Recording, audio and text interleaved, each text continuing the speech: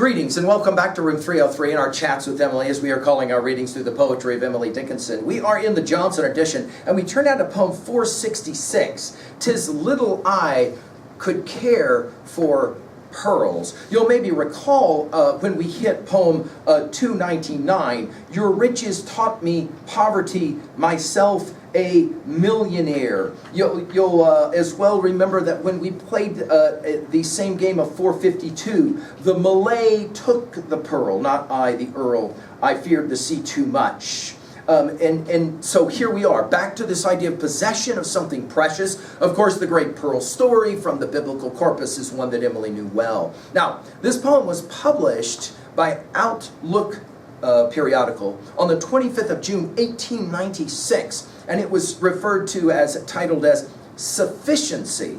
And then when it was published in the collected poems of 1896, it was called Real Riches. So you may want to write both of those titles down as being somehow the first early interpretations of this poem. Whether it works for you or not, we'll see. Let's point out this is another comparison poem. Now our question is it a love poem? Are we talking about a relationship that she might have had between she and Sam Boyles, who we've mentioned already, and possibly Sue, her friend if not lover?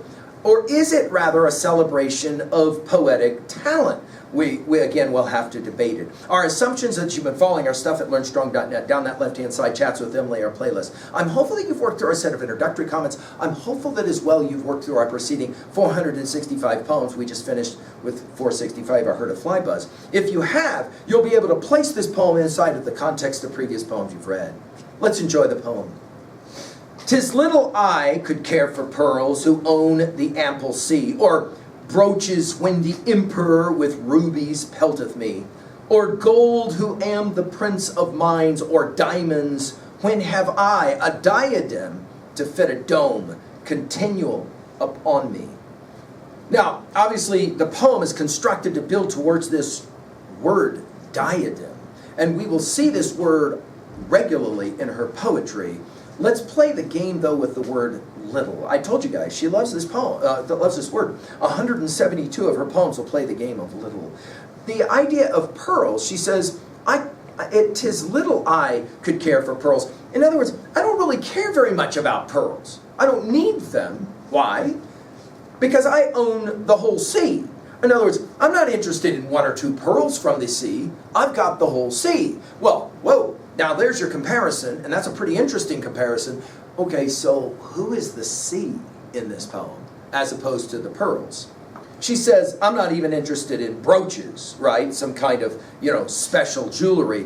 When the emperor with rubies pelteth me.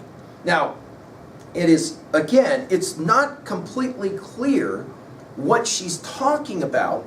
Is she talking about something she has, or a relationship that she has? What specifically are we speaking of when we talk about the emperor? She's talking about God. Now is she talking about her talent? It's possible that, many have argued, that Emily early on recognized her poetic talent as being God-derived, emperor-derived, to use the language of the poem, and that she's really not interested in like lesser treasures because she has this amazing gift of her own. She says, or gold, who am the prince of mines. It's interesting, it's not princess, did you notice that? Or diamonds, when have I a diadem to fit a dome?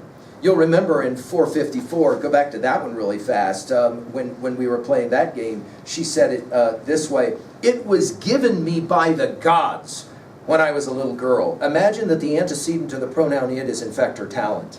It was given to me by the gods, her talent. When I was a little girl, they give us presents most, when we are new and small. I kept it in my hand. I never put it down. I did not dare to eat or sleep for fear it would be gone. I heard such words as rich. You'll remember she puts them in quotation marks. When hurrying to school from lips at corners of the streets and wrestled with a smile, rich.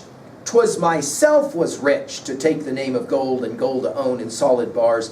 The difference made me bold. Here, notice, she says, I'm not interested in gold. I'm not interested in gold because I have the diamonds that specifically have been given to me as a diadem to fit a dome. Diadem, I'll give you the list. It's a fascinating one. You'll remember it already.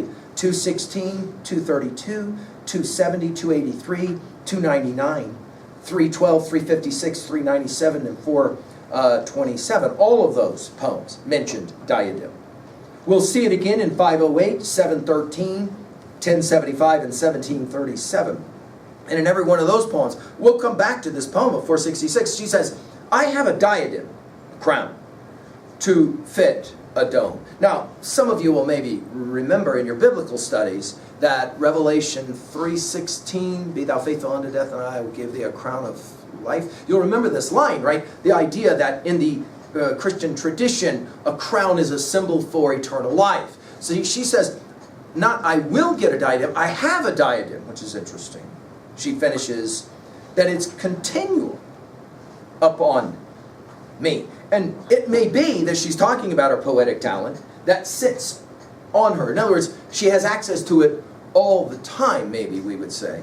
I can't help but think with this reference to Song of Myself, passage 48, Whitman's Song of Myself, passage 48. We give full lectures on all the poems of Leaves of Grass at learnstrong.net. Do you remember this set of lines from Song of Myself 48? And I say to mankind, be not curious about God. For I who am curious about each am not curious about God. No array of terms can say how much I am at peace about God and about death. I hear and behold God in every object, yet understand God not in the least. Nor do I understand who there can be more wonderful than myself. Why should I wish to see God better than this day? I see something of God each hour of the 24, and each moment then. In the faces of men and women I see God, and in my own face in the glass. I find letters from God dropped in the street, and every one is signed by God's name, and I leave them where they are. For I know that wheresoever I go, others will punctually come forever and ever. Whitman's rendering, I get letters all the time from deity. Here it's diadem continually upon me. It's, I think, a fascinating poem. Again, how are we going to give some message at 2a to this one? I think the argument here is that it is enough to be content with what you prize most. At 3b, notice all of the ors of this poem, O-R, right, ors. At 3a, we mentioned 454. I like to think of Shelley's defense of poetry, where he comments on the importance of poetry and poets. But do you guys remember in our study of that? He says, inspiration is a really wicked, weird thing for artists. It comes, but does it stay for very long? Unfortunately, often it does not. And many artists will report that they had a certain period of their life when they were very artistic in their output, and then all of a sudden, the muse or the inspiration went away. It's possible that Emily herself was concerned about the possibility of losing her crown or her diadem. Finally, at 3b, to own a poem like this, what is, if you had to say it, what is the thing you're most rich and proud of? What is your diadem? Is it your ability to think and create? I hope so. Thank you.